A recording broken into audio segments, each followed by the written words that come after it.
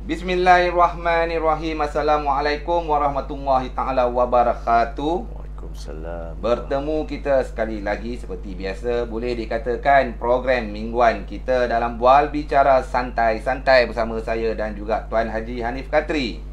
Tapi hari ini saya terpaksa tengok kiri dan kanan kepada rakan-rakan yang memberi salam di TikTok saya. Waalaikumsalam. Begitu juga dengan Zara Zia, saudara Kamal kita di Facebook. Juga waalaikumsalam. Terima kasih di atas sokongan anda selama hari ini. Seperti biasa, teruskan berkata benar walaupun pahit. Pahit tu macam mana? Ya, kita yang sendiri yang kena nilai sama ada manis maupun pahit. Dan Tuan Haji kita tengah duk share tu, nampak tu. Ceria, sentiasa melapangkan masa untuk kita mengupas beberapa tajuk, terutamanya sekali tentang tajuk yang kita pilih pada hari ini ialah Zahid Hamidi versus Ismail Sabri. Siapa pun menang, rakyat tetap yang kalah. Zahid kita tahulah Presiden UMNO hari ini bukan main lagi di Dewan Merdeka PWTC, berdegar-degar. Ada yang kata tak ada inti, ada yang kata tak ada isi, ada juga yang kata itulah standard Presiden UMNO. Tapi terpulang kepada masing-masing untuk membuat penilaian sama ada bagus ataupun tidak ucapan penggulungan Presiden UMNO sebentar petang tadi. Begitu juga dengan gula-gula yang ditabur oleh Ismail Sabri. Ada yang kata gula-gula nak membeli jiwa ketua-ketua bahagian, timbalan ketua bahagian dan juga pemimpin-pemimpin sayap UMNO. Ada yang kata pula kononnya PRU semakin dekat. Datuk Seri Ismail Sabri dah mula akur dengan tekanan pemimpin-pemimpin dinosaur UMNO yang lain. Haji, Ya, apa abang Haji? Alhamdulillah sihat. Sentiasa sihat. Sibuk tengok kenduri sana, kenduri sini. Saya rasakan sebab dekat nak Ramadan ni, ramai juga yang nak ligan, nak selesaikan upacara pernikahan. Jadi kena pula tahun ni memang ramai daripada kalangan keluarga dan kawan. So ya, tadi saya ada satu kenduri, anak saudara sebelah isteri saya bernikah. Dan minggu depan pula kami akan ada majlis menyambut tetamu, menyambut menantu pula. So yalah, habis tadi kat Kelang, balik rehat sekejap dan datang sini untuk show. Itulah Tuan Haji Hanif Katri. Ada yang kata peguam senior, ada yang kata peguam kanan, ada yang kata peguam yang pemimpin-pemimpin besar sentiasa bersama beliau. Itu kata-kata mereka. Kata saya, dan saya yakin juga kata anda, Tuan Haji adalah sahabat kita di Inspirasiku Mahathir. Walaupun sibuk, walaupun dengan kekangan waktu dan juga acara, beliau sentiasa, selalunya Sabtu dan Ahad. Kadang-kadang saya terfikir juga, Sabtu Ahad Tuan Haji mesti orang Penang kata raplah, ini mesti Fazli call aku ni, mesti Fazli call aku untuk live ni. Tapi Alhamdulillah Tuan Haji tak pernah sebut lagi sampai hari ni. Okey Tuan Haji, Belum suruh raplah lagi. belum lagi Okey, tajuk kita hari ni Zahid versus Ismail. Semua orang tahu Zahid Presiden UMNO, Ismail adalah Perdana Menteri Malaysia, naib Presiden UMNO. Siapa pun menang, rakyat tetap yang kalah. Kenapa tajuk ini diberi dan dipilih? Baik, sebenarnya saya haraplah para penonton pun saya percaya matang.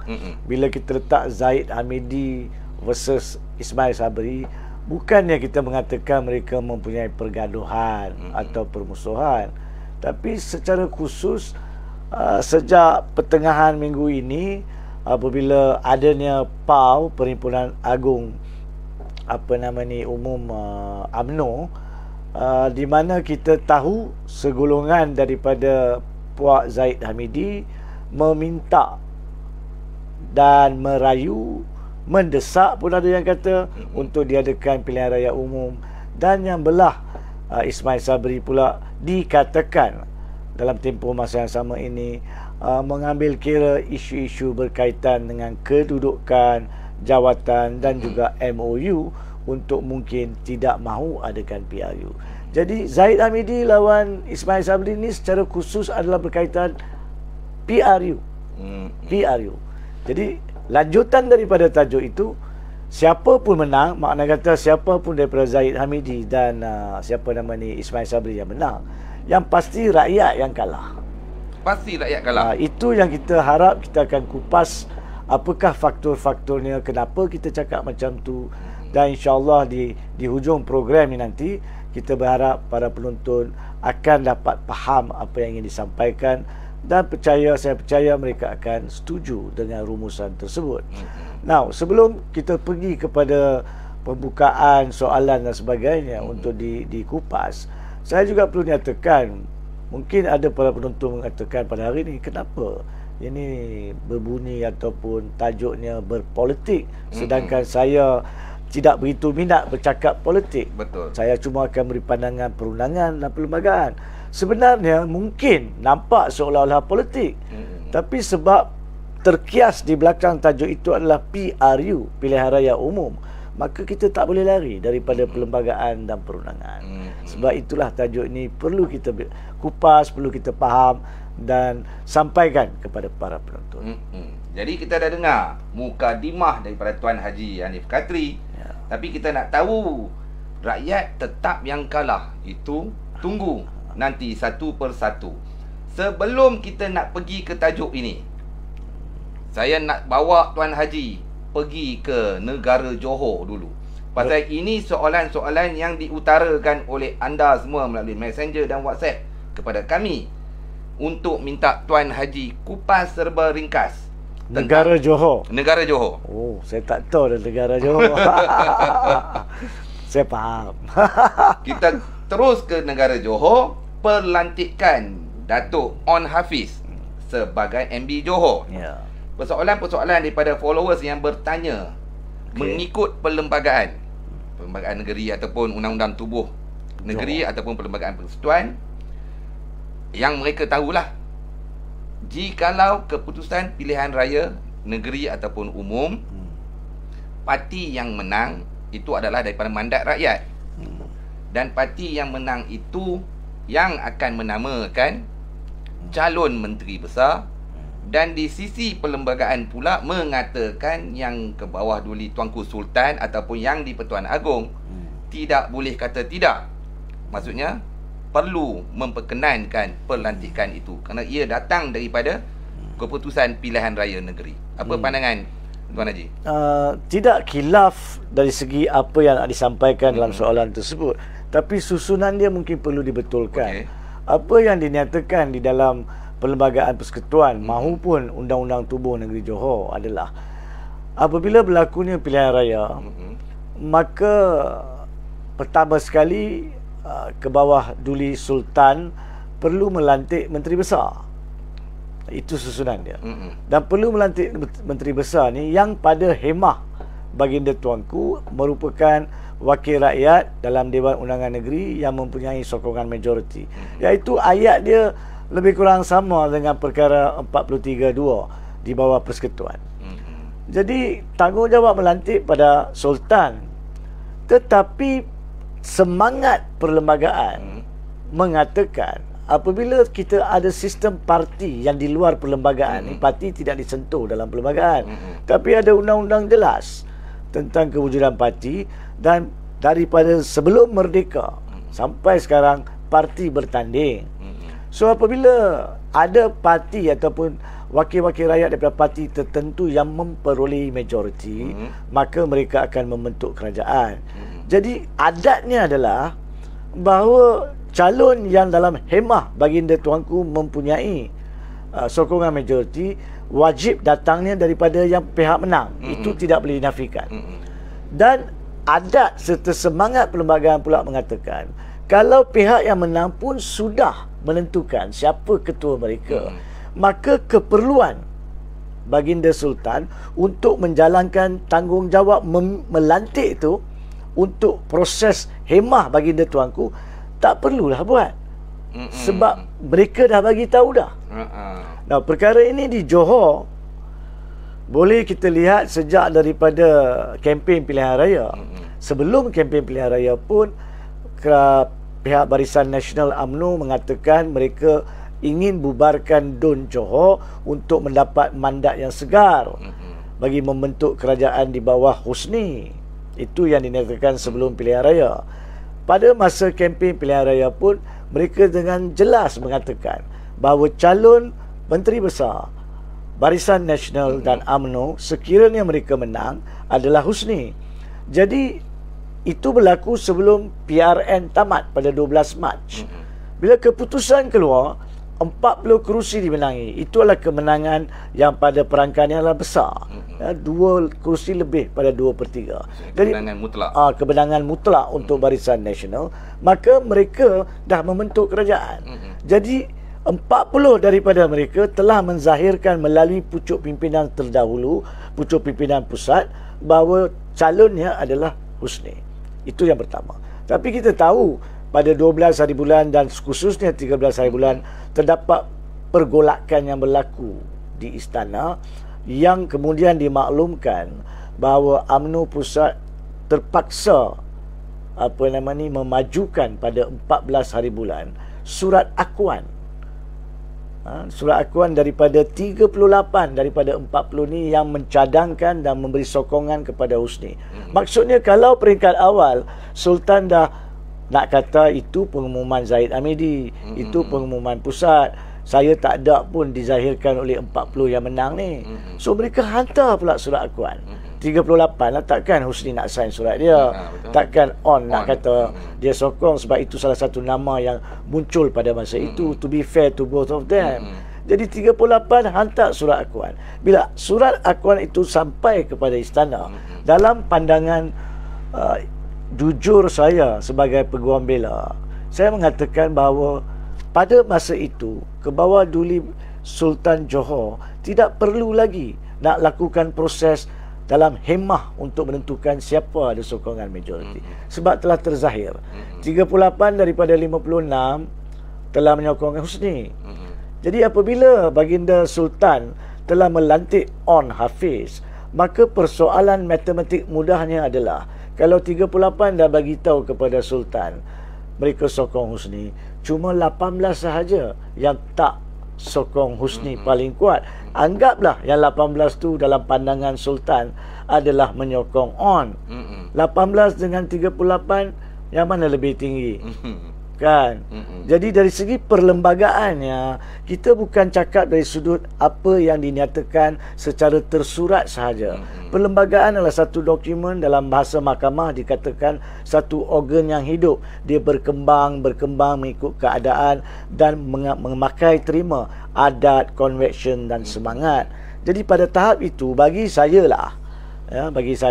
Kebawah Duli Tuanku Sultan, walaupun dia mempunyai budi bicara mutlak untuk melantik menteri besar, tapi budi bicara mutlak ini bukan bermaksud budi bicara mutlak yang sewenang-wenang ikut suka hati.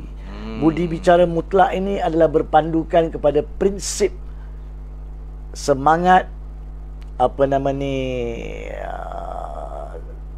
convention dan adat perlembagaan. Jadi bila dikatakan budi bicara, bukan maksudnya dalam bahasa Melayu biasa, suka hati hang nak buat apa budi bicara, itu bahasa Melayu biasa. Itu bahasa Penang tu. Bahasa Penang. Tapi kalau bahasa perlembagaan atau undang-undang, budi bicara bermaksud bergantung kepada prinsip perundangan. Maksudnya kalau dia tak suka muka mamat tu, dia tak boleh kata dia tak nak pilih. Dia masih kena pilih kalau adat, convention dan semangat perlembagaan telah menzahirkan orang itu yang dipilih.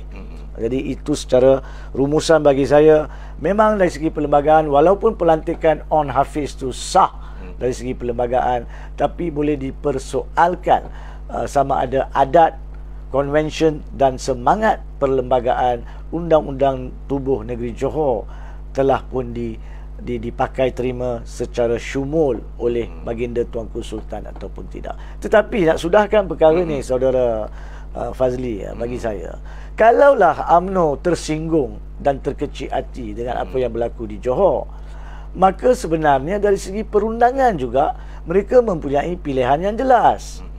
apabila Dewan Undangan Negeri Johor bersidang nanti, mereka berhak mana-mana satu daripada 39 lah tolak on kan, boleh membangkitkan usul undi tidak percaya. Kalau mereka nak tegakkan perlembagaan, kalau mereka nak tegakkan prinsip perlembagaan, nak susun balik. Sebab saya nak pause kejap di sini. Kita pernah bincang, betul, masalah utama dengan negara kita sejak kebelakangan ini yang mengakibatkan cacar marbah adalah apabila pucuk pimpinan kerajaan pusat maupun kerajaan negeri dan pihak-pihak lain tidak mengikut perlembagaan yang tersurat maupun adat, konvensyen dan semangat perlembagaan itu. Jadi cacar marbah. Jadi kalau UMNO dan Barisan Nasional nak tunjuk kali ini menjadi kerajaan negeri Johor, mereka nak perbetulkan balik benda yang perlembagaan dan undang-undang, khususnya undang-undang tubuh negeri Johor, maka mereka sepatutnya bangkitkan usul undi tidak percaya. Tetapi itu perundangan. Masalahnya terlibat dua persoalan politik di situ yang tidak membabitkan perundangan. Saya cuma boleh cakap dari segi perundangan. Dari segi politik, dua persoalannya adalah kalau UMNO nak buat benda tu, adakah mereka berani untuk menampilkan, memberi persepsi kepada rakyat yang tak faham perlembagaan dan undang-undang. Kita tak salahkan rakyat. Persepsi mereka adalah UMNO mendurhakai Sultan. Itu yang pertama. Yang kedua, persepsinya pula adalah, bukankah UMNO mengatakan nak mandat segar untuk mengukuhkan urus tadbir negeri Johor? Nah, bila dah menang dengan 40 kerusi, awak masih nak usul undi tak percaya kepada Menteri Besar. Maknanya alasan yang diberikan tu palsu lah. Itu persepsi dia dari segi politik. Jadi adakah UMNO mempunyai keberanian politik untuk mengambil langkah perlembagaan dan perundangan yang ada? Ini dua perkara berbeza. Rakyat kena faham dari segi perundangan dan rakyat kena tahu kekangan politik. Politik ni bukan pot kita. Kita tak ambil pot politik sebab benda tu tak relevan bagi segi perundangan dan urus tadbir negara. Sebab ramai daripada pemimpin seperti yang kita bincang tidak pun mempunyai keberanian politik untuk membuat perkara yang betul dan meninggalkan perkara yang salah. So itulah secara rumusan berkaitan dengan isu Husni Muhammad lawan On Hafiz, walaupun mereka tak berlawan. Betul dari segi topik dia. Ya. Jadi saya ingat nama ada 3 orang yang tanya soalan tu di Messenger, iaitu Haji Lazim, lepas tu Christopher something tu. Saya harap anda semua dah mendapat penjelasan dari sudut perlembagaan maupun dari Undang-Undang Tubuh Negeri Johor. Jadi mau tak mau, macam Tuan Haji cakap, tengoklah mereka berani tak berani. Sedikit saya nak tambah sikit. Okey, silakan Haji. Bukan nak tambah, tapi tiba-tiba datanglah fikiran saya. Sebenarnya saya ada juga membuat suatu rakaman atas permintaan satu portal. Dan selepas ianya disiarkan pagi tadi, saya percaya, oleh portal itu, ada komen-komen yang mengatakan tak payahlah masuk campur urusan negeri Johor, kan, dan macam-macam perkara. Sebenarnya rakyat kena faham, perlembagaan dan perundangan adalah satu isu yang perlu diberi penerangan kepada rakyat. Bila kita beri penerangan, macam saudara Fadli pada hari ini tanya soalan tersebut dan saya memberi jawapan, bukan nak masuk campur negeri Johor ataupun negeri Kedah ataupun mana-mana negeri sekalipun, tapi penjelasan dari segi perundangan. So apabila pendapat diberi, kalau tidak dipersetujui pun saya faham, tidak ada masalah. Tapi nak mengatakan pendapat itu diberi semata-mata kerana nak masuk campur tangan, itu salah. Sebab siapalah kita nak masuk campur tangan? Betul. Kita bukan pun ahli Dewan Undangan Negeri Johor yang boleh buat usul undi percaya ataupun tidak.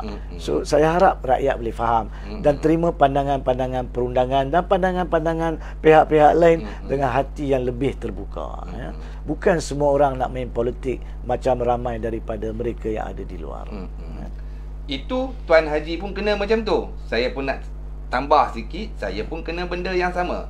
Apabila dua hari lepas saya membuat satu video di TikTok dan juga di Facebook tentang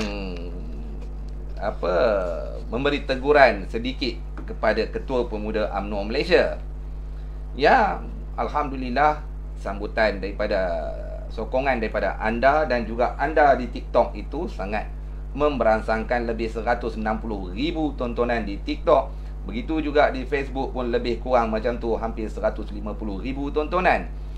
Ada yang Messenger dan juga WhatsApp saya, cukup-cukuplah. Pejuang, kaitkan pula dengan pejuang. Pejuang dah kalah 42 kerusi, hilang majoriti, duduk diam-diam, kata orang yang menasihati saya tersebut. Tetapi itulah Malaysia, sebuah negara demokrasi. Kita boleh memberi pandangan. Kalau tak betul, tegurlah pandangan itu kalau dirasakan tak betul. Bukannya memberi satu alasan bahawa suruh duduk diam-diam. Itu alasan standard. Ya. Kalau di Penang mereka kata apa, mi goreng biasa RM2.5. Itulah standard punya jawapan pengkritik. Bukanlah saya nak mengatakan tidak berilmu. Mi goreng bukan dah naik harga Penang. Dan itu dulu zaman saya.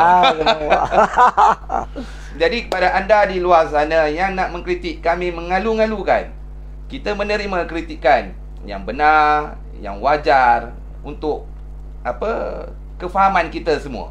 Kerana kritikan itu membawa sesuatu perkara yang baik. Betul tak Tuan Haji? Okey Haji. Dan kita wajib nak beri penjelasan dalam bidang kita. Kalau tidak, akhirat kita nak jawab. Sebab ini dilorong oleh Allah kepada bidang masing-masing. Dan kita bertanggungjawab untuk memberi penjelasan supaya rakyat faham.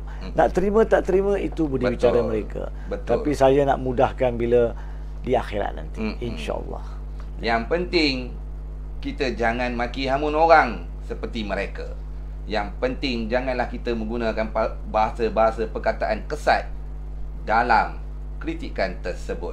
InsyaAllah kami berdua tidak akan melakukan perkara terkutuk itu. Okey Haji, ya. Cukup dah, lama dah kita duduk dekat Dangga Bay Johor ni. Kita patah balik mai ke KL, PWTC. Hari ini seperti tajuk kita, semua dah tahu, Haji pun dah bagi mukadimah sebentar tadi. Ya. Saya nak terus membawa Haji masuk ke Dewan Merdeka PWTC. Baik. Saya tak mau masuk Dewan tu. Oh, tak mau masuk pasal tak apa? Untuk perundangan saya masuk Sat. Silakan, melawak je. Zahid Hamidi nak PRU. Seperti mana kita tahu, desakan pengikut beliau Presiden, biasalah Presiden UMNO kan satu institusi katanya. Jadi Zahid nak PRU dan Datuk Seri Ismail Sabri macam tak menyambut. Komen daripada Tuan Haji. Ya, sebenarnya di peringkat awal PAU tersebut, kita dapat lihat daripada ucapan timbalan Presiden Tok Mat sendiri yang menyentuh tentang keperluan UMNO memikirkan untuk meminta Perdana Menteri, naib Presiden mereka untuk meminta Agung membubarkan Parlimen, kerana bagi dalam pandangan beliau dan ramai pemimpin lain di UMNO bahawa inilah masa terbaik untuk UMNO. Dalam satu sudut sebenarnya, ni dari sudut politiknya pula, memang ada asas untuk UMNO mengatakan perkara tersebut. Sebab tidak boleh dinafikan mereka telah memenangi 3 pilihan raya. Yakni pilihan raya di Sarawak, Melaka dan juga Johor. Dan satu daripada 3 pilihan raya tu mereka menang 3/4, 75% kerusi Melaka. Yang 2 lagi mereka menang lebih pada 2/3, Sarawak dan baru-baru ni Johor. Jadi dari sudut politik asas, mereka mempunyai hak untuk mengatakan mereka berhak pergi ke pilihan raya PRU.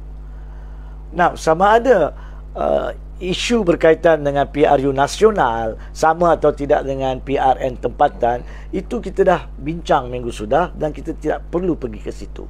Tapi PRN dalam satu sudut merupakan aras pengiraan untuk menentukan perlu atau tidak pergi PRU. Dari sudut tu mereka mempunyai asas. Yang keduanya, mereka juga mempunyai asas dari kacamata UMNO dan barisan, kerana bagi mereka peratusan-peratusan yang mengundi pihak pembangkang, sama ada pembangkang utama yang ada Pakatan Harapan, pembangkang asal maupun mereka yang daripada alternatif, adalah terlampau teruk.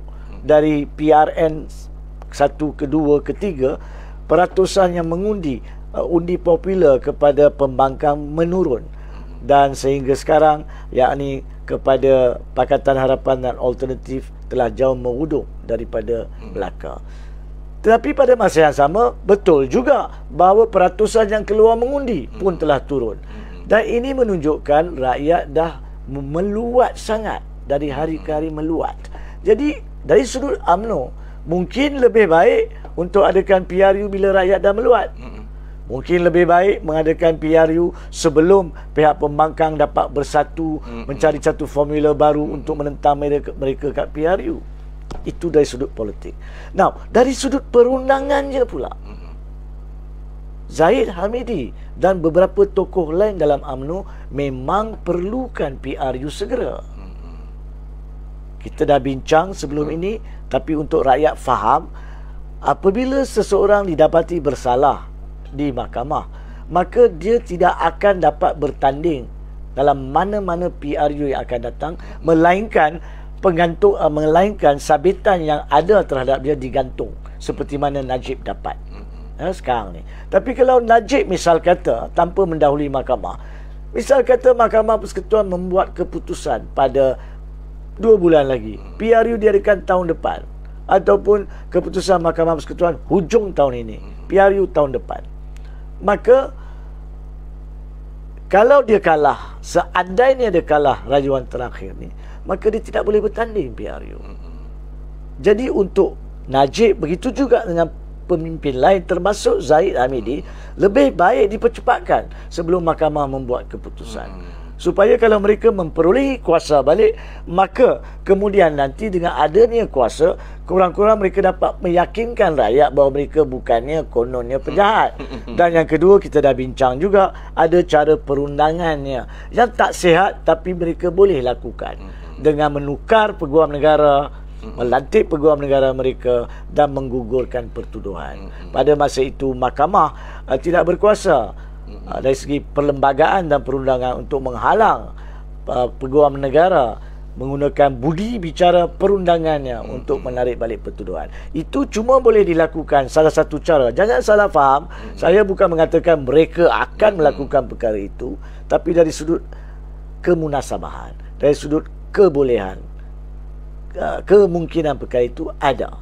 Dan dua sebab inilah, politiknya dan perundangannya, bagi UMNO, Puak Zahid Hamidi dan beberapa pemimpin lain perlukan PRU. Dan saya tidak terkejut apabila perkara itu ditekankan oleh wakil-wakil mereka di dalam perbincangan PAU, sehinggalah Zahid Hamidi sendiri menekankan perkara tersebut dalam ucapan pembukaan beliau semalam. Ya. Now, Ismail Sabri pula. Kenapakah Ismail Sabri dikatakan versus Zahid Hamidi berkaitan PRU ni? Sebab sekarang ini Ismail Sabri adalah Perdana Menteri dan terdapat juga segolongan yang menyokong beliau sebagai Perdana Menteri dan mempunyai jawatan-jawatan di dalam kabinet, sama ada sebagai menteri ataupun timbalan menteri, dan juga di dalam beberapa GLC, adalah bertentangan dengan kepentingan mereka untuk bergopoh nak adakan PRU. Sedangkan nombor satu, permintaan ke bawah duli yang di-Pertuan Agong ketika nak melantik Ismail Sabri adalah untuk kestabilan politik, sehingga kononnya PRU 15 matang. Sebab rakyat sengsara sejak COVID 2 tahun lalu dan perlu diperbaik pulih yang tu dulu sebelum nak gila kuasa politik. So itu yang perkenan tuanku. Yang keduanya, atas perkenan yang sama telah diadakan kononnya MOU pada 18 September 2021.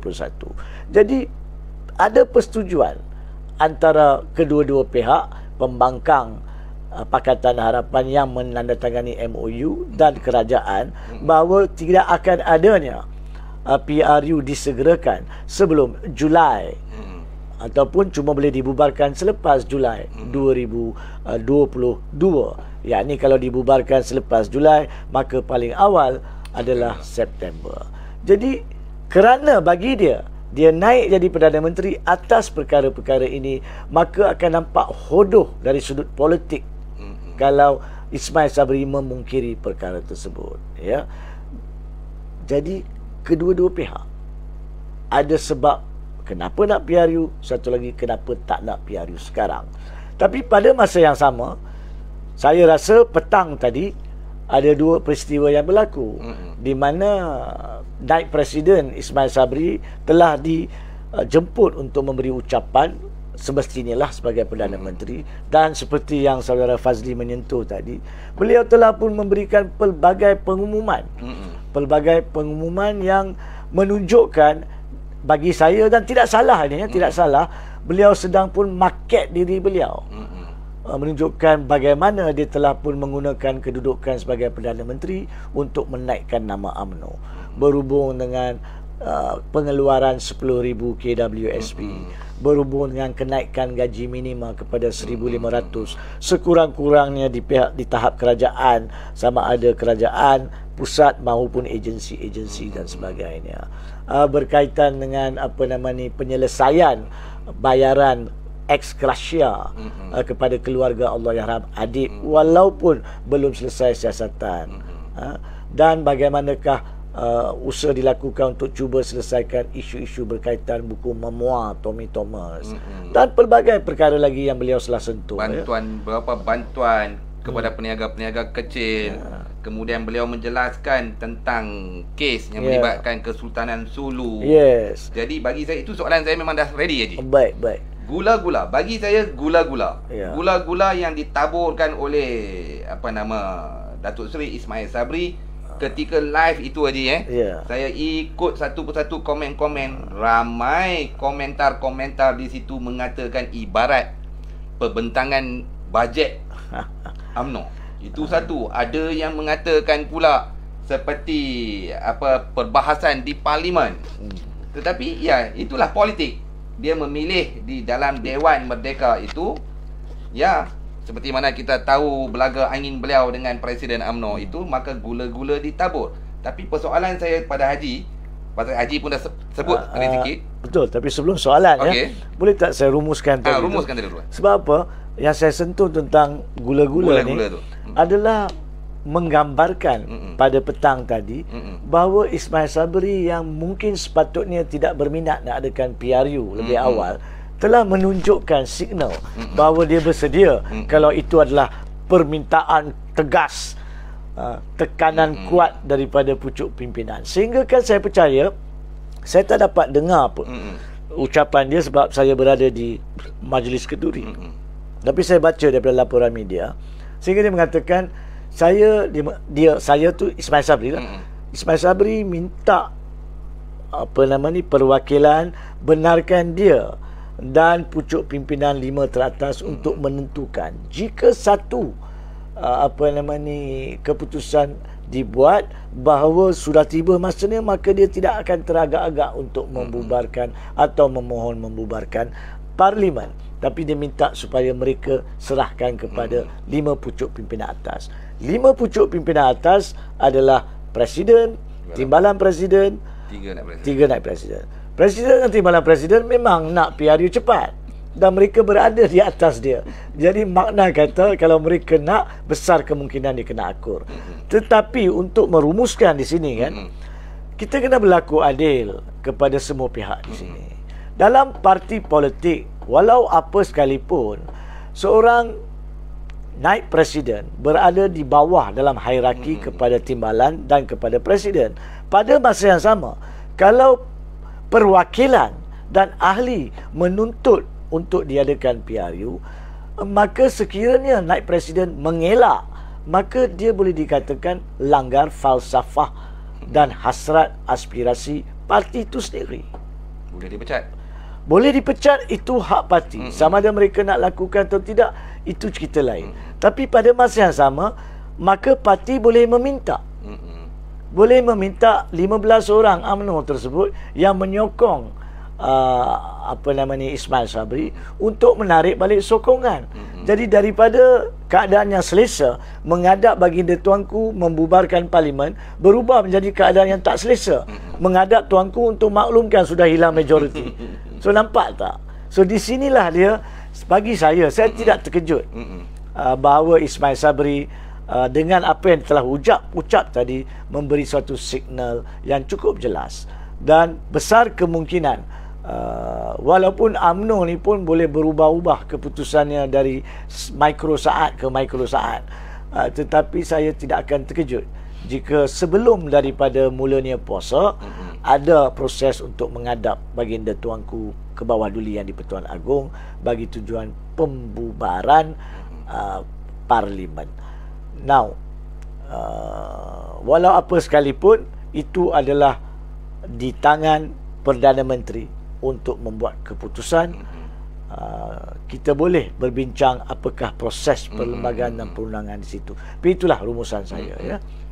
Sebelum itu Haji, pada soalan lain saya nak tanya pasal gula-gula ni. Okey. Saya umur pun, saya kencing manis tau. Saya tak boleh makan banyak gula-gula. Umur saya pun bulan Mei ni 47 tahun. Saya rasa Haji muda lagi kot. Haji baru 30-an. 21. Jadi sudah tengok banyak pilihan raya umum. Kebanyakannya kalau kita tengok konsep dulu, UMNO lah memerintah. Sepanjang saya sedar-sedar tu, UMNO lah memerintah. Sebelum bubarnya parlimen, akan ada gula demi gula ditabur sebelum parlimen itu dibubarkan. Dan juga ada pula di zaman saya membesar, di zaman Tun Dr. Mahathir, Tun pernah membubarkan parlimen ketika penggal itu baru 3 tahun lebih. Dan Tun juga pernah membubarkan parlimen ketika penggal berbaki 1 tahun, maksudnya 4 tahun lebih. Jadi kalau kita tengok perkara-perkara itu, mana-mana kerajaan demokrasi, boleh saya katakan di dunia, tengah mereka popular, mereka akan bubarkan. Dia ada dua. Jadi saya nak minta Haji kupas tentang isu itu. Dia ada dua keadaan.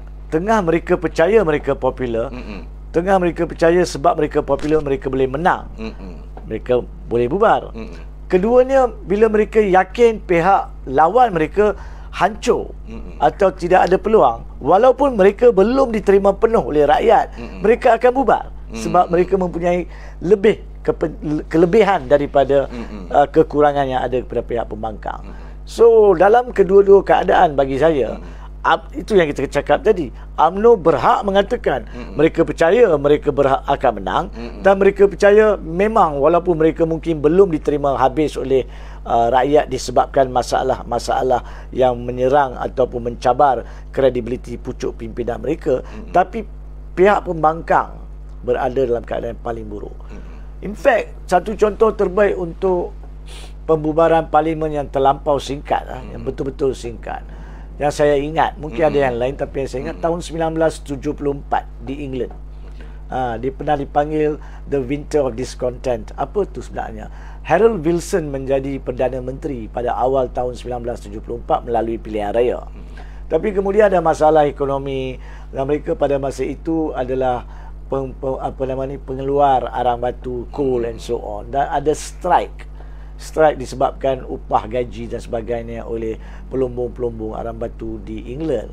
Jadi untuk meyakinkan bahawa beliau perlukan mandat yang kuat, dia telah bubarkan pada tahun yang sama, 1974, awal tahun pilihan raya, hujung tahun pilihan raya. Malangnya yang 74 hujung tahun dia kalah, Harold Wilson dibuang. Dibenarkan?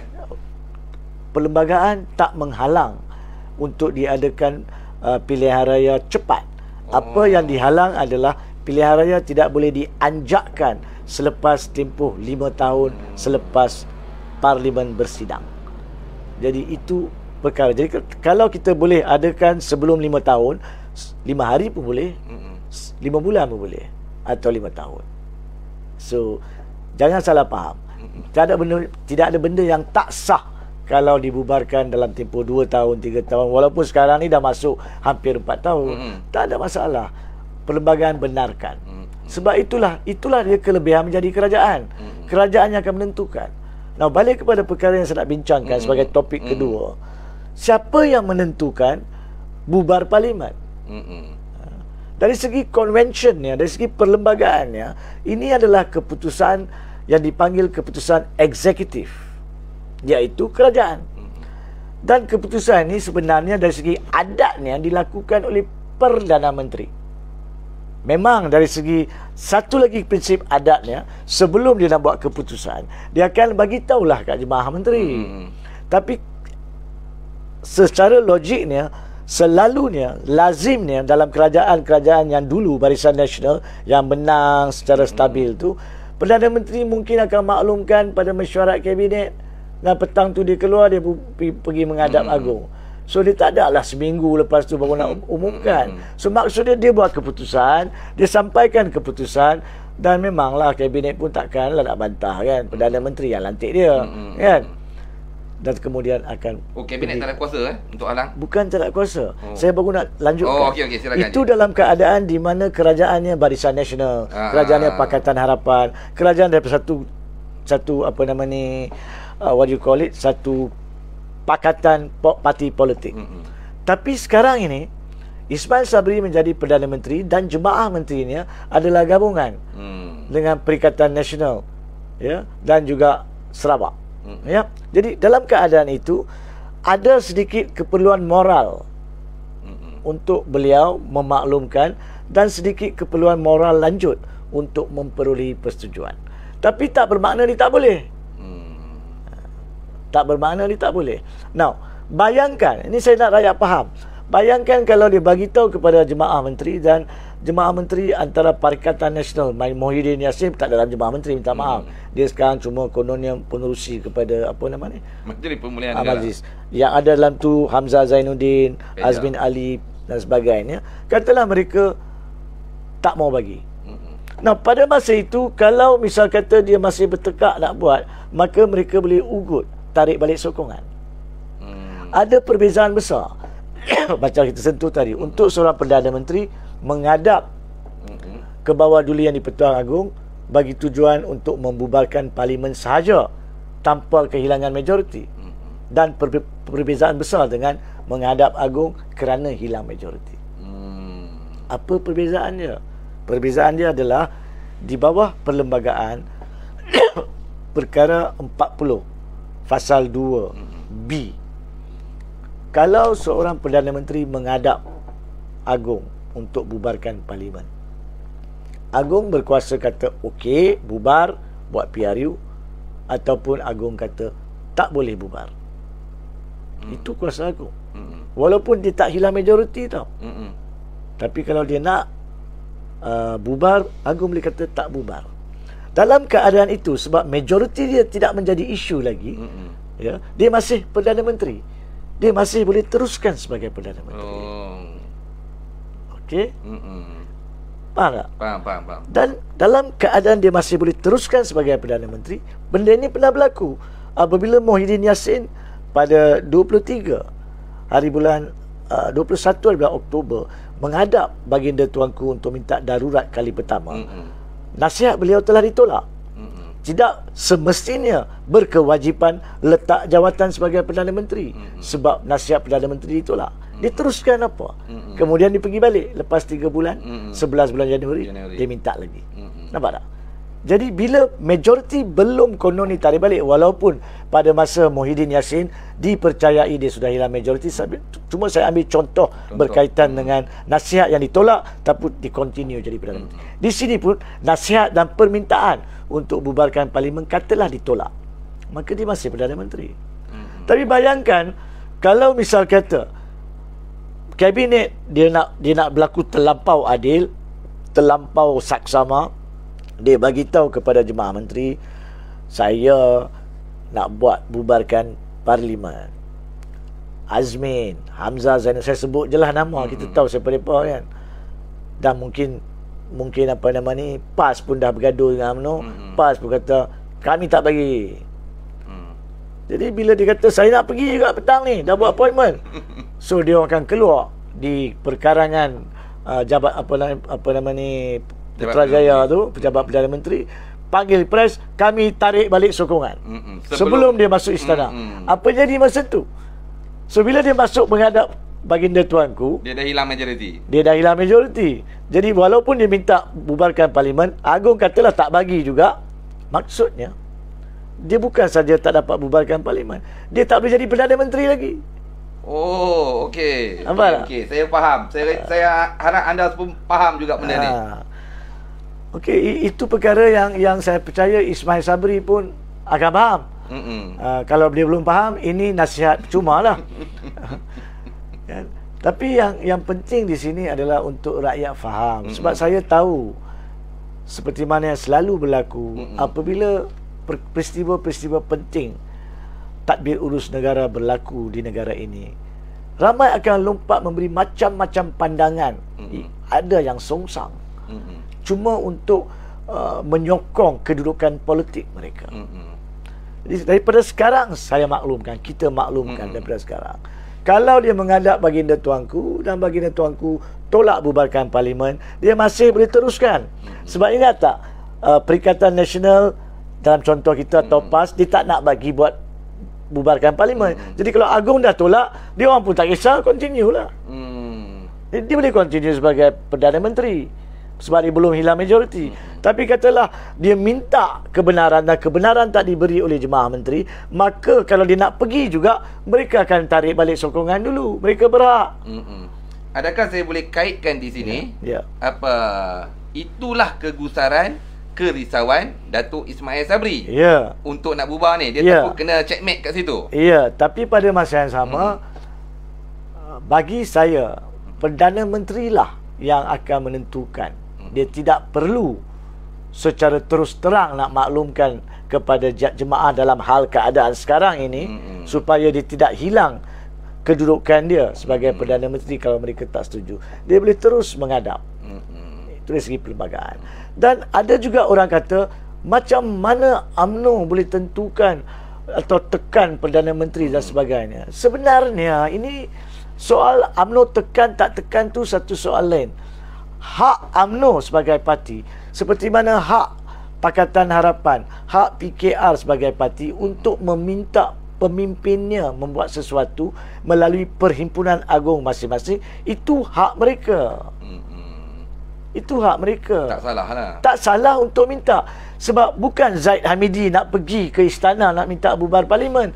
Zaid Hamidi tak ada hak nak pergi istana bubarkan parlimen. Sebab dia bukan Perdana Menteri. Dia bukan pun ahli jemaah menteri. Jadi dia boleh buat adalah dia boleh minta. Dan sebagai presiden yang berada di atas kepada naib presiden, dia boleh menggunakan kedudukan dia bagi pihak ahli untuk meminta, yang berbunyi seperti menekan. Dan disokong oleh timbalan presiden, lagilah double tekan. Kan? Itu hak. Dan seperti yang kita bincang, kalau Ismail Sabri diminta oleh mereka, dia tak nak buat, maka 15 yang sokong dia boleh tarik balik. Sama juga dia hilang dia punya sokongan majoriti. Macam mana?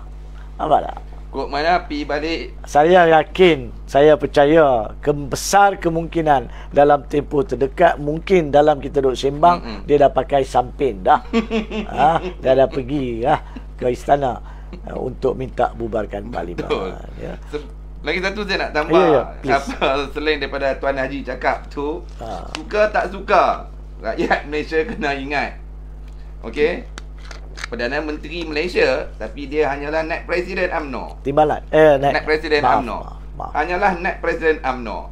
Kuasa nak bertanding dalam mana-mana pilihan raya. Watikah calon wajib ditandatangani oleh Presiden. Jadi, Perdana Menteri tak Perdana Menteri. Presiden parti tak sign, Tok Mahathir pun tak boleh bertanding dalam pilihan raya. Saya rasa apa yang Haji cakap tadi pun saya amat bersetuju. Mungkin dia tengah pakai sampin dah, silap-silap besok dia dah pergi menghadap dalam diam. Inilah tak malam ni tidur dengan sampin. Takut tak sempat. Inilah politik Malaysia. Unik dan kadang-kadang kelakar bagi kita lihat. Dan saya bersetuju dengan Tuan Haji apabila Tuan Haji kata siapa pun menang, Zahid ke Ismail Sabri ke, rakyat tetap yang kalah. Di sini melihat pada percaturan politik masing-masing. Saya rasa tak ada kepentingan rakyat pun. Kenapa saya dan kita mengatakan Zaid Hamidi menang pun untuk boleh adakan PRU sekali ke, ataupun Ismail Sabri berjaya menang dan memenangi hati Zaid Hamidi dan UMNO untuk tidak bubarkan parlimen pun, dalam apa keadaan sekalipun rakyat yang kalah. Kenapa? Kita ambil yang contoh kalau tidak ada PRU lah. Kalau tidak ada PRU, rakyat masih juga kalah sebab kita mempunyai kerajaan yang tidak stabil. Ya, kerajaan sememangnya tidak stabil.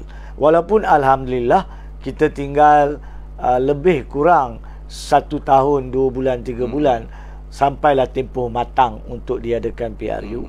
Maka walaupun tak stabil, cuma ada 14-15 bulan untuk kita sabar menanti. Yang keduanya, alhamdulillah COVID dikatakan di Malaysia sudah sampai endemik. Maka tidak ada halangan untuk diadakan PRU pada masa ia jadi matang kelak.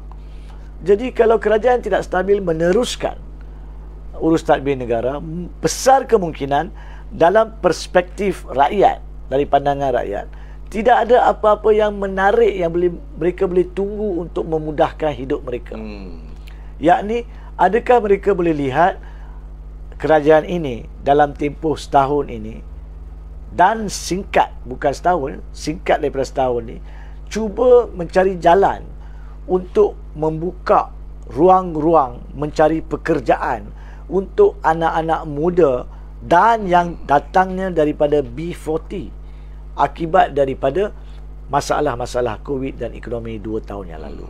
Ini rakyat mungkin gusar. Mereka tak nampak sebab secara konsisten perkara itu tidak berlaku setakat inilah. Itu yang pertama. Yang keduanya, mereka juga nampak bahawa seolah-olah beban kehidupan, yakni nilai mata wang sendiri, tidak mempunyai nilai jika dibandingkan dengan 2 atau 3 tahun lalu. Dan untuk mereka boleh nak hidup dalam keadaan sederhana pun hampir sukar. Jadi mereka nak satu kerajaan yang boleh ambil tindakan drastik. Tapi kalau kerajaan itu tak stabil, kerajaan itu ditekan dengan perkara-perkara Perikatan Nasionalnya, PASnya, Sarawak atau Sabahnya dan Barisan Nasionalnya, maka mereka dalam minda mereka akan percaya perkara ini tak akan nampak. Ya. So kalau tak berlaku PRU pun, rakyat yang kalah. Sebab masih berterusan sengsara. Tapi kalau berlakunya PRU pun rakyat kalah. Sebab apa? Sebab rakyat tidak mempunyai minat dengan politik disebabkan keadaan yang cacah marba sekarang. Mereka tidak mempunyai keyakinan dengan para pemimpin yang ada. Mereka tidak mempunyai keyakinan dengan kerajaan yang ada. Mereka tidak mempunyai keyakinan dengan para pemimpin dan pembangkang yang ada. Itu kita dapat lihat melalui perangkaan sejak PRM Melaka, Sarawak dan Johor. Di mana di Johor yang turun mengundi 53%. Kita dah bincang benda ni. Kita telah pun secara jujur mengatakan faktor tutup sempadan, faktor COVID dan sebagainya, bagi saya adalah peratusan-peratusan yang tidak tinggi yang boleh diabaikan. Faktor utama kenapa rakyat tidak turun mengundi, turun daripada PRN ke PRN, adalah kerana ketidakyakinan dalam sistem politik. Ya. Jadi, kenapa saya katakanlah, kalau dalam keadaan rakyat dah meluat, kalau adanya PRU, bagaimanakah kita nak dapat suatu keputusan yang berdemokrasi? Ya, keputusan tu masih sah. Macam kita dah bincang. Kalau turun undi 10% pun, janji siapakah daripada 10% tu memilih kerajaan, dia jadi kerajaan. Itu kesahihan tidak dipertikaikan, tapi nilai moral kerajaan tersebut akan dipertikaikan. Dan dalam keadaan di mana para pemimpin tidak dipercayai, macam manakah kita akan dapat satu kerajaan yang boleh bergerak pun lepas PRU? Nampak tak? Saya tak nampak secara jujur. Secara jujur, secara rakyat Malaysia dan sebagai seorang peguam profesional, dengan apa yang telah berlaku sejak 5-6 tahun yang lalu, secara khusus selepas PRU 14, saya tak nampak kalau ada PRU pun memudah carakan rakyat untuk menghadapi masa depan. Kalau tiada PRU untuk tempoh setahun setengah ni pun akan kononnya memudah carakan rakyat. Tidak ada. Saya nak tambah sikit je. Sebelum saya jawab apa jawapannya. Okay. Dari satu sudut, UMNO dengan kemenangan, dengan moral tengah tinggi, menang 2 PRN, bersemangat untuk membubarkan parlimen untuk mengadakan PRU ke-15. Dari satu sudut lagi pula, pihak pembangkang, saya melihat begitu ramai yang menentang supaya tidak diadakan PRU dengan alasan-alasan yang tak masuk akal. Kononnya COVID lah, ekonomi lah. Itu alasan pemimpin-pemimpin politik. Apa pandangan Tuan Haji? Bagi saya, memang sepatutnya pihak pembangkang akan mengatakan jangan adakan PRU sekarang, sebab mereka tahu mereka tidak ada peluang untuk memberi suatu cabaran yang kuat dalam PRU. Mereka tahu mereka berpecah.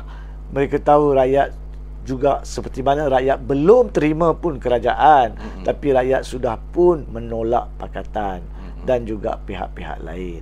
Jadi semestinya lah dalam keadaan ketidakyakinan seperti itu, sebelum mereka boleh mengorak langkah menentukan apakah dia masa depan gabungan-gabungan mereka, mereka tidak akan ada keyakinan untuk PRU pada masa ini. Ya, itu perkara yang munasabah.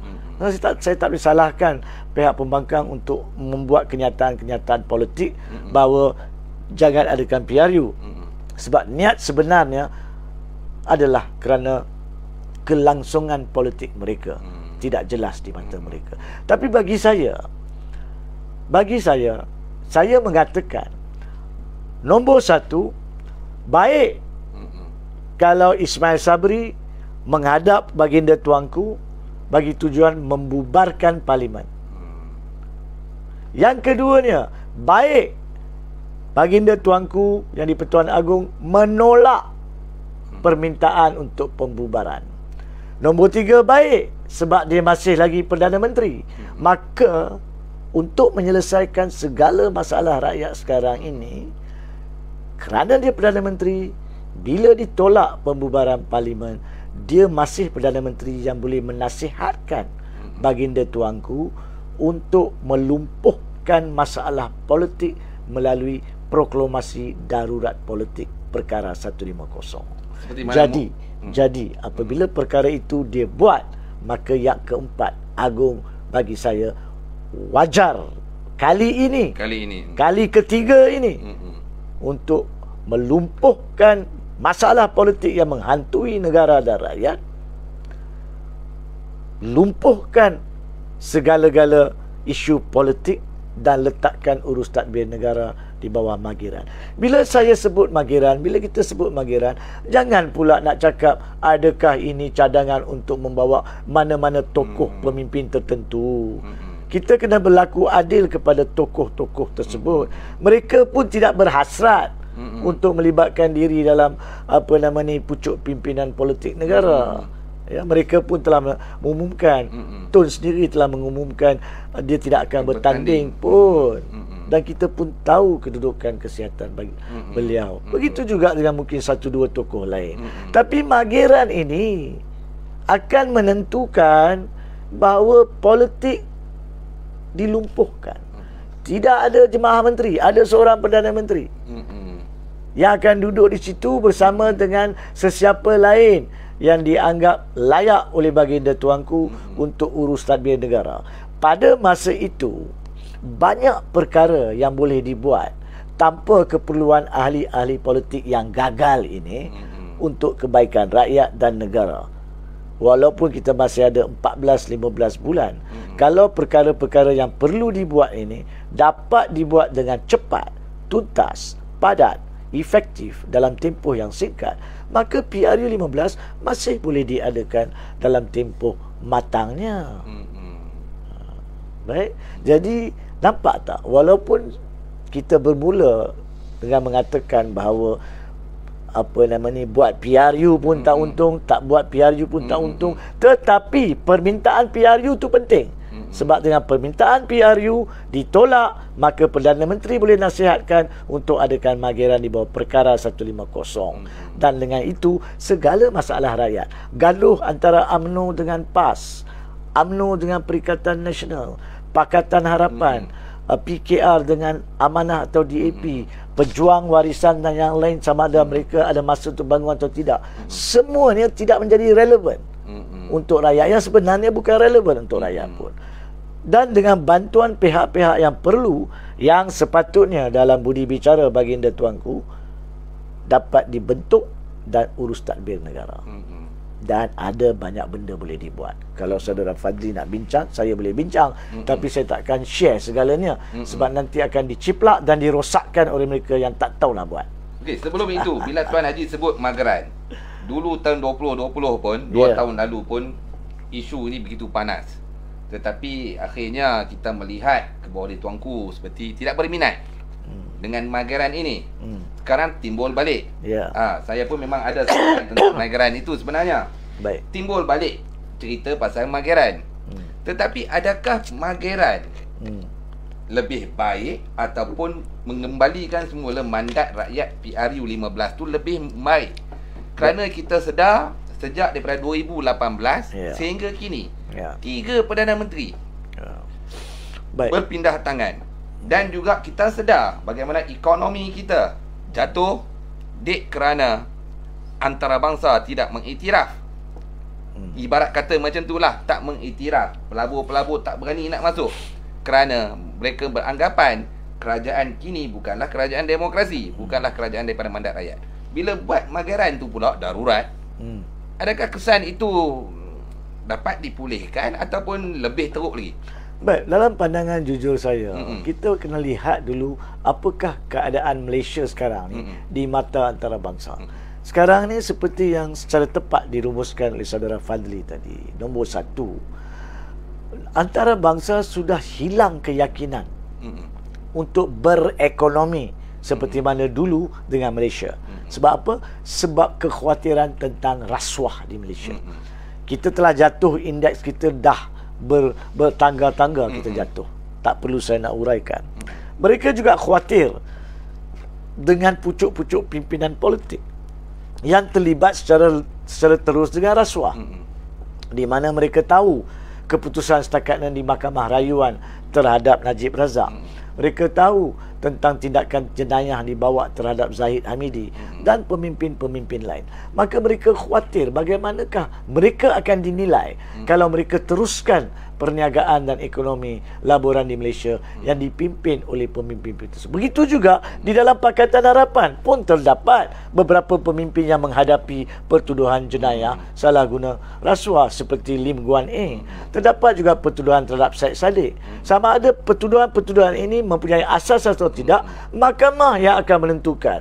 Bukan saudara Fadli, definitely bukan saya dan bukan mereka sendiri boleh menentukan ianya adalah political persecution ataupun tidak. Dan kita kena biar sistem menentukannya. Kalau kita nak gunakan unsur lain dalam sistem untuk melepaskan pertuduhan tanpa perbicaraan penuh, maka apa yang menghantui Pakatan Harapan tentang pembebasan Lim Guan Eng sebelum ini akan kembali. Dan begitu juga dilihat oleh pihak antarabangsa. What is food for the geese is food for the gander. Itu adalah peribahasa ataupun ungkapan bahasa Inggeris. Kalau kita nak pihak lain betul, kita pun kena betul. Sistem perlembagaan dan perundangan kena dipatuhi oleh semua pihak. Jadi balik kepada tadi yang kita nak jawab, antarabangsa tak ada kredibiliti, tak ada keyakinan kredibiliti kepada Malaysia disebabkan isu rasuah dan sebagainya. Yang keduanya, mereka tidak mempunyai kredibiliti sebab perubahan-perubahan kerajaan tanpa mandat. So mereka khawatir bila-bila masa pun kerajaan boleh jatuh. Siapa pun naik boleh jatuh, siapa pun naik boleh jatuh. Jadi dalam keadaan itu, saudara Fadli dan para penonton, adakah apa-apa yang lebih buruk boleh berlaku kepada Malaysia kalau kita keluarkan politik daripada sistem tadbir urus negara dan letakkan di bawah Mageran? Yang penting adalah narration, narasi ataupun penjelasan. Kalau kita boleh memberitahu dengan tepat, tuntas kepada antarabangsa, anda semua tahu dalam tempoh beberapa tahun yang lalu, keyakinan anda kepada kami dalam ekonomi telah hancur disebabkan wujudnya tindakan-tindakan salah guna rasuah terhadap para pemimpin daripada kesemua pihak. Anda juga tahu bahawa kerajaan-kerajaan yang terbentuk bukannya daripada sistem demokrasi yang dihormati antarabangsa. Maka kami perlu meletakkan negara kami dalam kawasan keadaan yang bebas daripada politik dan ditadbir urus secara profesional untuk menaikkan balik ekonomi kami bagi orang-orang miskin kami dan menyatu padukan rakyat-rakyat kami daripada isu-isu perkauman dan agama. Dan kemudian nanti kami bersedia nak adakan pilihan raya yang adil di mana semua ni sama, maka anda akan dapat tengok betapa pentingnya Mageran untuk memajukan keyakinan awak kepada kami. Kalau kenyataan seperti itu boleh dibuat dan langkah-langkah yang cepat boleh dibuat dalam tempoh sebulan, 2 bulan dan 3 bulan selepas penubuhan Mageran, Amerika pun tak takut nak datang sini. Rusia pun tak takut datang sini. Mungkin kita takut siapa nak bom siapa. Betul. Tapi mereka tak akan takut. Sebab it's how you narrate and you kena ikhlas. Rakyat satu dunia dan negara kita semua nak keikhlasan secara majoriti. Kalau kita cakap pada masa PRU 14 kita nak buat Mageran, itu bodoh lah. Sebab masa itu belum ada kecacatan demokrasi, belum ada kecacatan kredibiliti. Tapi bila dah ada kecacatan ekonomi, kecacatan politik, kecacatan kredibiliti, maka jalan keluarnya adalah Mageran. Kita kena buang politik daripada sistem tadbir urus negara. Kena perbetulkan bukan sahaja ekonomi.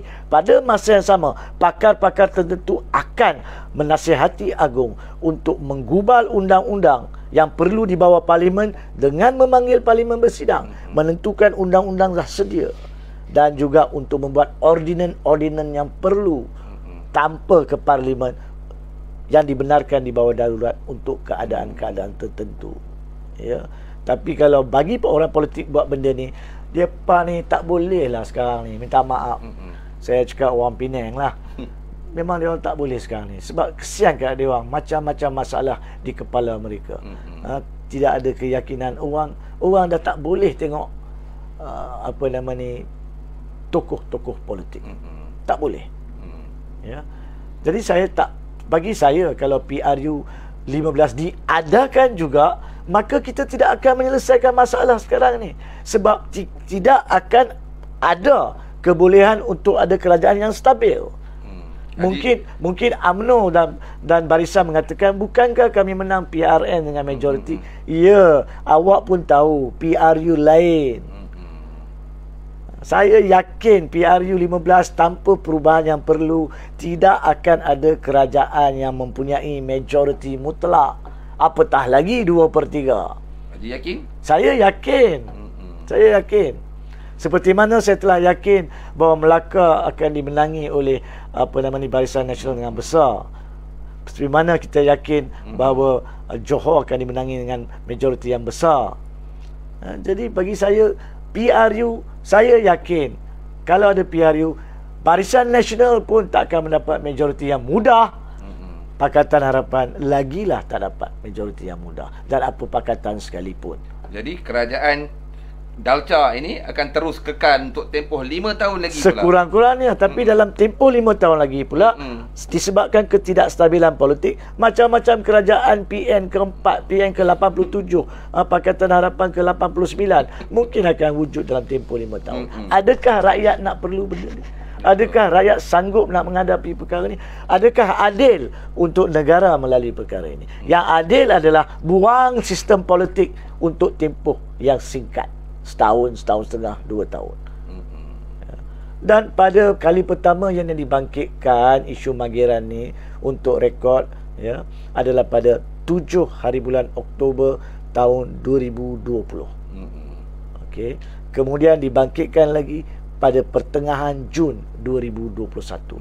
Sekarang dibangkitkan kali ketiga, dan kali ketiga adalah kali terakhir yang bagi diri saya secara prinsip saya bagi peluang kepada diri saya ataupun mana-mana pihak. Justru dengan penuh takzim ke bawah Duli Yang di-Pertuan Agong, sekiranya lah Yang Amat Berhormat Perdana Menteri menghadap baginda tuanku dalam tempoh yang ada ni, saya minta nombor 1, tolak permintaan pembubaran parlimen. Tetapi sebab dia merupakan Perdana Menteri, dia wajib menasihati untuk adakan Mageran. Dan kemudian buatlah darurat dan buat Magiran. Maka segala masalah baginda tuanku yang selang beberapa bulan terpaksa jumpa dengan 220 orang tidak perlu dilalui oleh baginda tuanku. Senang sikit baginda tuanku menjalankan tanggungjawab sebagai ketua negara. Tapi jalankanlah dengan tanggungjawab yang adil dan saksama kepada rakyat. Magiran is the only answer. Saya tak cakap tentang siapa tokoh dalam Magiran, ya. Jangan salah faham. Betul. Magiran means out of politics. Betul-betul orang yang layak di situ. Boleh diambil mana-mana pihak yang dianggap oleh baginda tuanku untuk menerajui. Jangan lupa Perdana Menteri masih ada. Sebab itu saya telah bezakan dari segi perlembagaan seorang Perdana Menteri yang hilang majoriti yang menghadap tuanku dengan seorang Perdana Menteri yang ditolak permintaan untuk membubarkan parlimen. Faham? Jadi dia masih Perdana Menteri, dia masih boleh duduk di dalam Magiran dan biar profesional menasihati beliau dan menasihati Agung untuk jalankan kerja. Rakyat tiada makan, ada mereka peduli. Rakyat tiada pekerjaan, menganggur, adakah mereka peduli? Bersepah anak-anak muda kita membuat pelbagai pekerjaan, adakah mereka peduli? Ada yang bekerja satu kerja, petang pergi kerja tempat lain, part time sana, part time sini untuk mencari nafkah, adakah mereka peduli? Apa yang mereka peduli? Temolok sendiri. Kuasa untuk mereka dan kawan-kawan mereka. Saya bercakap ini fakta apabila saya bertemu dengan beberapa anak muda 2 hari yang lalu. Saya tanya kepada mereka, kenapa anda semua tak berminat dengan politik? Apa jawapan mereka? Kami tidak akan keluar mengundi, walaupun undi automatik. Kerana bagi mereka, apa saja parti, lambang pokok, lambang bulan, lambang apa sekalipun, itu semua pembohong. Apa yang mereka tahu, kuasa untuk mereka. Apa yang kami dapat, kami tetap membawa grab food di dalam hujan lebat kilat sabung menyabung. Tetapi undi kami ditagih untuk keselesaan kepentingan mereka. Itulah pemikiran rakyat, terutamanya orang muda, terhadap sistem politik ataupun parti-parti politik yang sedia ada. Jadi seperti mana kata Tuan Haji, Magiran, saya bersetuju untuk tidak bersetuju. Tetapi setelah pencerahan yang diberikan oleh Tuan Haji Hanif Katri, saya mungkin bersetuju tentang itu. Bunyi macam ahli politik ya. Macam UMNO ya. Jadi Ismail Sabri ke, Zahid Hamidi ke, Anwar Ibrahim ke, Ling Guan Eng ke, Mat Sabu ke, MOU ke, kerajaan rapuh ke, semuanya tidak nampak tanda-tanda untuk kebajikan dan kesejahteraan rakyat. Kenapa saya terus bercakap? Kenapa saya selalu suka buat live di TikTok maupun di Facebook? Bukan kerana apa? Kerana saya sedih. Kerana makin hari pemimpin-pemimpin politik kita, maaf bercakap, gila. Ada yang nak jadi Perdana Menteri, tak habis-habis impian nak jadi Perdana Menteri. Ada yang jadi Perdana Menteri tersingkat dalam sejarah Malaysia pun nak jadi Perdana Menteri. Ini apa benda, Haji? Saya tak nak bercakap tentang UMNO sekarang ini. Tajuk kita saya rasa sesuai untuk saya relate lagi kepada Haji, untuk Haji bagi menasihati pemimpin-pemimpin politik ini. Di mana rakyat di mata mereka? Ya, bagi saya lah sebenarnya bila kita cadangkan Magiran ini, saya secara peribadi mencadangkan untuk kali ketiga dalam tempoh 3 tahun ini. Saya yakin ramai di bahagian kerajaan dan juga di bahagian pembangkang, ahli-ahli parlimen, dan yang bukan ahli parlimen sekalipun, ahli-ahli mana-mana parti, tidak akan setuju dengan apa saya cakap. Sebab fikiran mereka adalah terbantut dengan kepentingan politik. Bagaimanakah parti politik akan menerima cadangan untuk melumpuhkan politik? Habislah, tak berfungsilah hasrat mereka. So tak masuk akal kalau mereka akan bersetuju. Jadi kalaupun PKR, Amanah, DAP maupun Warisan Pemuda mengatakan tidak, ini membahayakan demokrasi, dah memang logik mereka akan cakap macam tu. Tapi bukankah sekarang ni demokrasi terlampau bahaya disebabkan mereka sendiri? Mageran tidak membahayakan demokrasi. Politik yang membahayakan demokrasi, politik sekarang ini. Begitu juga dengan UMNO. Oh, kita dah menang, jadi kita buat Mageran membahayakan demokrasi. Ya. Tapi adakah awak nak teruskan di mana parti awak masih tidak stabil? Terdapat 3, 4, beberapa belas ke apa komplot ataupun pasukan dalam UMNO yang tidak akan menstabilkan UMNO. Apabila suatu perkara berlaku yang memihak satu pihak, yang lain akan jatuhkan dan sebagainya. Adakah kita boleh beri peluang sehingga mereka menyelesaikan dan membersihkan masalah mereka? Tidak. Now, kalau saya boleh ambil peluang di sini dalam masa singkat yang ada, memberi satu contoh praktikal. Apa maksud saya bila adanya Mageran, ianya lebih menguntungkan? Rakyat perlu faham benda ni. Ya. Dalam Mageran ada 2 bentuk keputusan yang boleh dibuat. Ya. Satu, melalui undang-undang parlimen. So, walaupun Mageran wujud, darurat wujud, tapi ketua eksekutif darurat tersebut yang dilakukan ataupun pengerusi Mageran tersebut boleh membenarkan melalui kanun untuk parlimen bersidang. Itu boleh berjalan. Jadi apa-apa undang yang perlu dipindah masih boleh dibawa dalam darurat ke parlimen kalau parlimen bersidang. Tapi yang lebih penting, boleh juga dibuat undang-undang tanpa pergi ke parlimen dengan cepat dalam masa sejam, 2 jam, 3 jam, seperti mana yang kita ada 7 ordinan darurat dalam tempoh 11 Januari 2021 sampai 1 Ogos 2021. Boleh. Apakah contohnya? Kita ambil sekarang. Apakah rungutan rakyat? Nombor 1, tak ada kerja, tak ada hasil pendapatan. Bukan saja itu, harga barang melambung, dah lah tak dapat duit, macam mana nak survive? Jadi yang pertama sekali, satu cara nak buka untuk orang ada peluang, ramai nak berniaga, tapi proses nak perolehi kebenaran, apply license, bayar duit pun perlukan benda-benda ini. Jadi boleh dibuat satu ordinan, tak perlu pergi parlimen.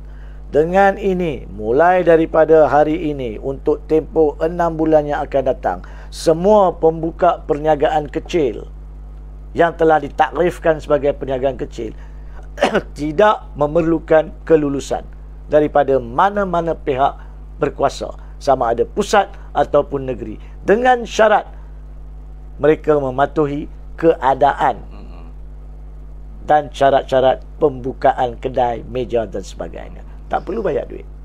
Rakyat suka tak suka. Lepas 6 bulan, Inland Revenue ataupun Jabatan Lembaga Hasil Dalam Negeri boleh mengutip dana.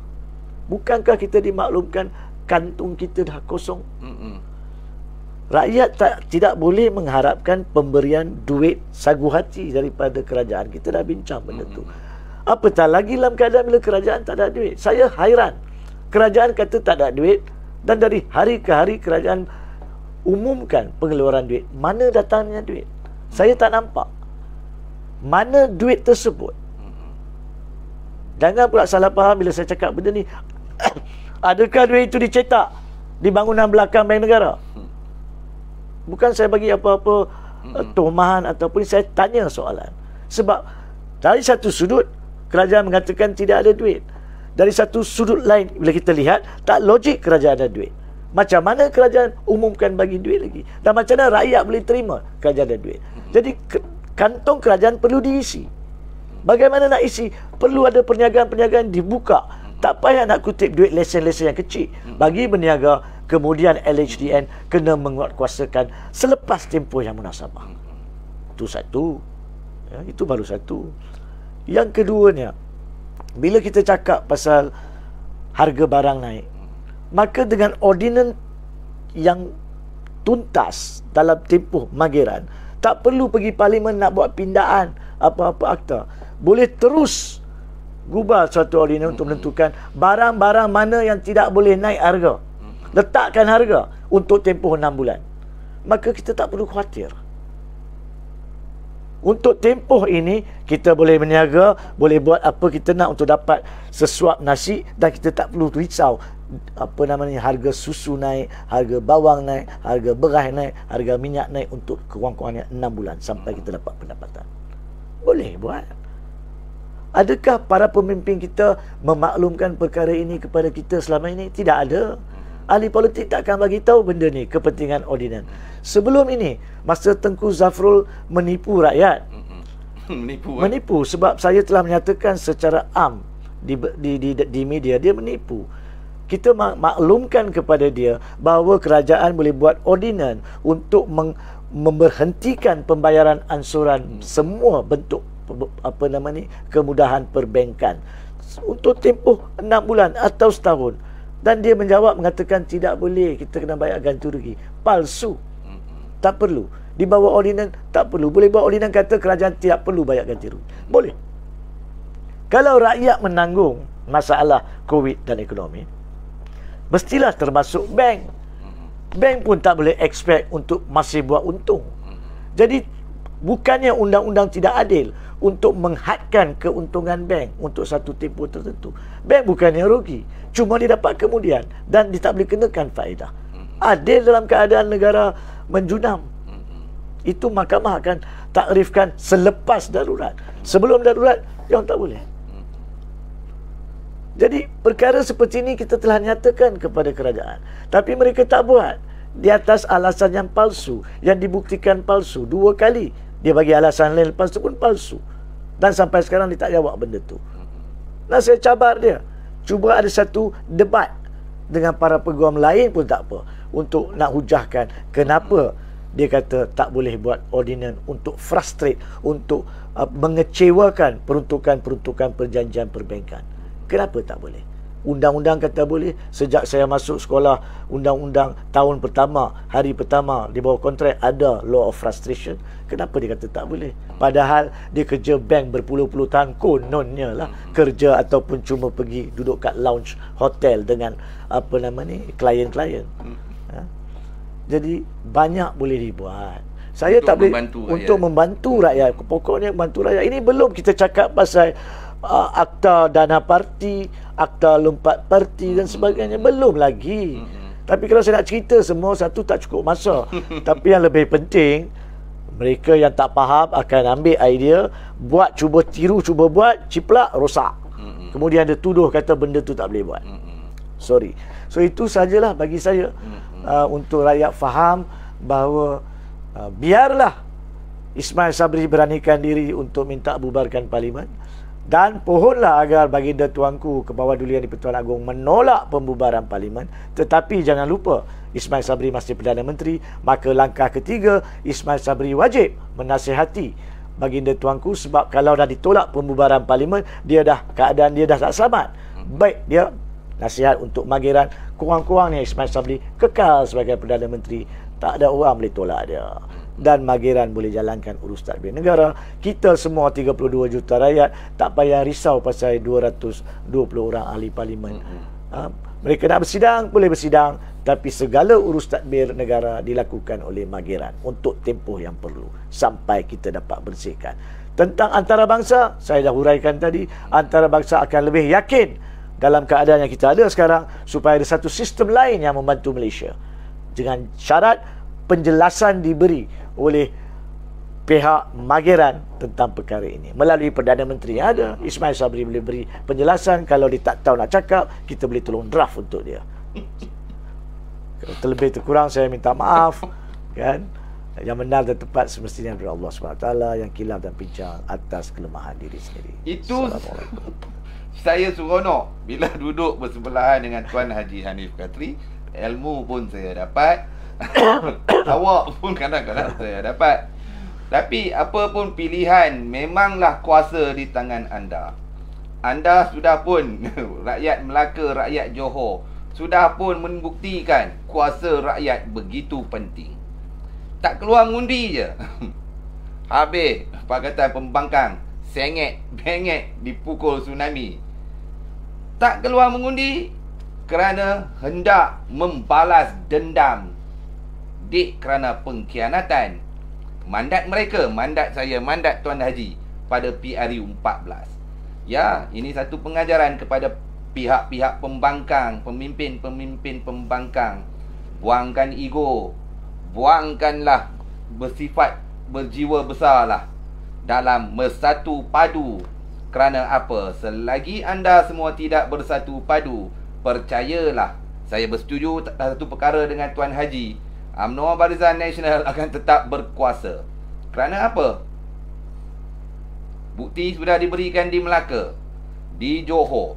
Walaupun otai-otai politik mengatakan di Johor tidak akan ada kemenangan mutlak bagi mana-mana pihak, meleset sama sekali.